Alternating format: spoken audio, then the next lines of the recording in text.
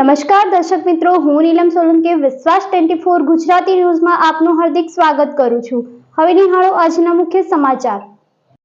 ધોરાજીમાં અષાઢી બીજની ભવ્ય રથયાત્રા નીકળી। ધોરાજી રત્ના બાપા યુવક મંડળ દ્વારા રામદેવ પીરની અષાઢી બીજની ભવ્ય ઉજવણી કરવામાં આવેલ। કોટે મોર ટહુક્યા અને વાદળ ચમકી વીજ મારા રુદાને વહાલો સાંભળ્યો। ઓલી આવી અષાઢી બીજ એટલે રુદાને વાલો સાંભળે એટલે કે પ્રકૃતિ ચારે કોરથી ખીલી હોય અને હૃદયને પરમ તત્વનું આભાસ થાય એટલે કે ત્યારે માની લેવું પડે કે આજે અષાઢી બીજ છે। અષાઢી બીજનો પાવન પર્વ સમગ્ર સૌરાષ્ટ્ર સહિત ગુજરાતમાં ખૂબ જ ધામધૂમથી ઉજવવામાં આવે છે। ભજન ભોજન ભક્તિ સાથે લોકો બીજ દર્શન સાથે અષાઢી બીજની ઉજવણી કરે।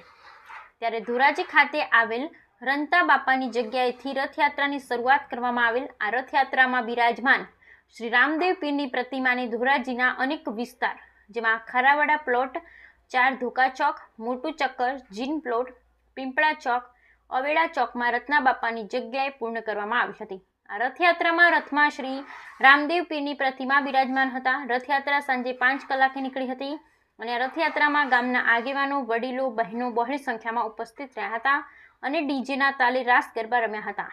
રાતે એક ભવ્ય સંતવાણીનો કાર્યક્રમ રાખવામાં આવ્યો તેમજ રાત્રે સંતવાણીમાં મોટી સંખ્યામાં ભાઈઓ તથા બહેનો જોડાયા હતા અને અષાઢી બીજની ભાવભેર ઉજવણી કરવામાં આવી હતી। તેમજ આ રત્ના બાપાની જગ્યા દ્વારા અનેક તહેવારો પર જેવા કે જન્માષ્ટમી મહોત્સવ, ગણેશ મહોત્સવ, નવરાત્રી મહોત્સવ, બાપા સીતારામ તિથિ નિમિત્તે બટુક ભોજન કરવામાં આવે છે તેમજ મહાશિવરાત્રીના મેળામાં 5 દિવસ અવિરત સેવા આપવામાં આવે છે। Bureau report અર્શીભાઈ Ahir, Dhoraji. बोलो रामदेवजी महाराज की जय। भक्त श्री रत्ना बापानी जय। भक्त श्री रत्ना बापानी जग्या अवेड़ा चौक धोराजी તેમના મહંત શ્રી પ્રફુલ્લદાસજી કૃષ્ણદાસજી આપ સર્વે ભક્તજનોનું અંતકરણપૂર્વક સ્વાગત અને અભિવાદન કરું છું।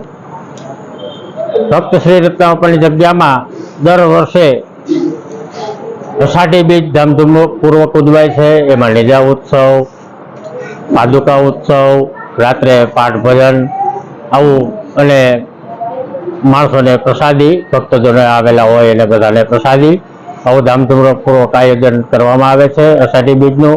ત્યાર પછી જગ્યામાં જન્માષ્ટમી આખો શ્રાવણ માસ શિવમય ઉજવવામાં આવે છે।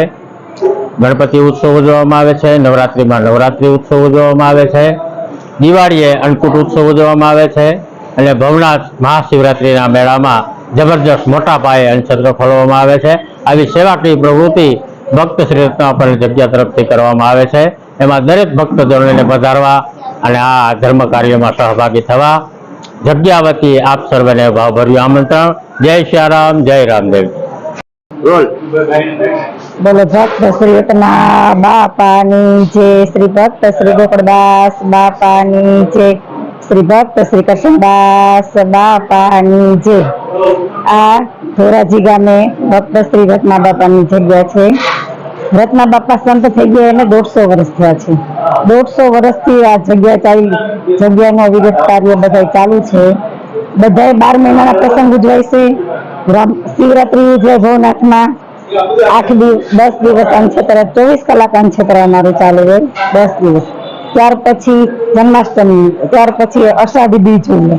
અષાઢી બીજે બહુ જબરજસ્ત માણસો અમારી અહીંયા પ્રસાદ લે છે। આખો દિવસ સવારથી સાંજ સુધી અમારે પ્રસાદ વિતરણ ચાલુ હોય અને રાતે પાઠ ભજન ચાલુ હોય, આખી રાતે પ્રસાદી ચાલુ હોય।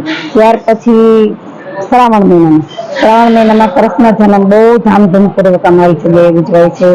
12 મહિનામાં ભાદરવા મહિનામાં મેઘ પૂજનનો ઉત્સવ થાય છે। 12 મહિનામાં સતત અમારી જગ્યાએ આવા સરસ કાર્યના, આવા સરસ પ્રસંગો ઉજવાયા કરે છે અને બહુ જાજી સંખ્યામાં અમારી અહીંયા માણસો પ્રસાદ લે છે અને બધાનો સાથ સહકાર છે કાર્યકરનો। એનાથી અમારું આવું સરસ ભગીરથ કાર્ય ચાલે છે એ લોકોનો સાથ સહકારથી।